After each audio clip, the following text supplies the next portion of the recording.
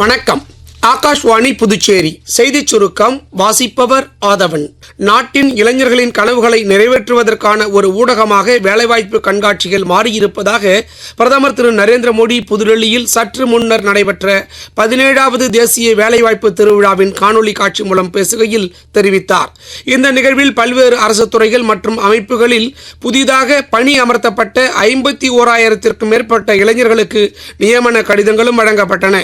இந்த வேலைவாய்ப்பு திருவிழாக்களின் மூலம் மட்டும் 11 லட்சத்திற்கும் மேற்பட்ட இளைஞர்களுக்கு நியமன கடிதங்கள் வழங்கப்பட்டுள்ளதாக பிரதமர் கூறினார்.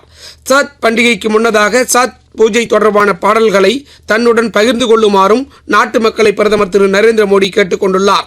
மேலும் அவர் சமூக ஊடக பதிவில் பீகார் உட்பட நாடு முழுவதும் உள்ள பக்தர்கள் ஏற்கனவே திருவிழாவிற்கான ஏற்பாடுகளில் முழு மூச்சுடனும் பக்தியுடனும் ஈடுபட்டு மெய்மறக்க செய்துவிட்டதாகவும் பதிவிட்டுள்ளார். நவம்பர் 1ஆம் தேதி புதுச்சேரி விடுதலை நாள் கொண்டாடப்படுகிறது.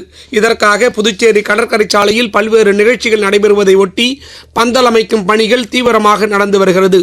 புகழ்வாய்ந்த நகராட்சி கட்டிடம் மின் விளக்குகளால் அலங்கரிக்கப்பட்டுள்ளது. புதுச்சேரி அரசு கலை பண்பாட்டுத்துறை சார்பில் கவிஞர் புதுவை சிவம் அவர்களின் 118வது பிறந்தநாள் விழா புதுவை தமிழ்ச்சங்கத்தில் நடைபெற்றது. காமராஜர் நகரி தொகுதி சட்டமன்ற உறுப்பினரும் அமைச்சருமான திரு ஜான்குமார் கவிஞர் புதுவை சிவம் திருவுருவ படத்திற்கு மலரஞ்சலி செலுத்தினார். பேராசிரியர் திரு வாலாசா வல்லவன் சிறப்புரையாற்றினார். அரும்புகள் கிராமிய இசைக்குழுவினரின் இசை நிகழ்ச்சியும் நாட்டிய தர்ப்பணா குழுவினரின் பரதநாட்டிய நிகழ்ச்சியும் கவி அரங்கமும் நடைபெற்றது. அரியாங்குப்பம் தொகுதி தேங்காய்த்திட்டு ஐயனார் கோவில் தெருவில் சட்டமன்ற உறுப்பினர் தொகுதி மேம்பாட்டு நிதியின் கீழ் புதுச்சேரி நகராட்சி மூலம் 21,26,877 ரூபாய் மதிப்பீட்டில் கருமாதி கொட்டகை அமைக்கப்பட உள்ளது.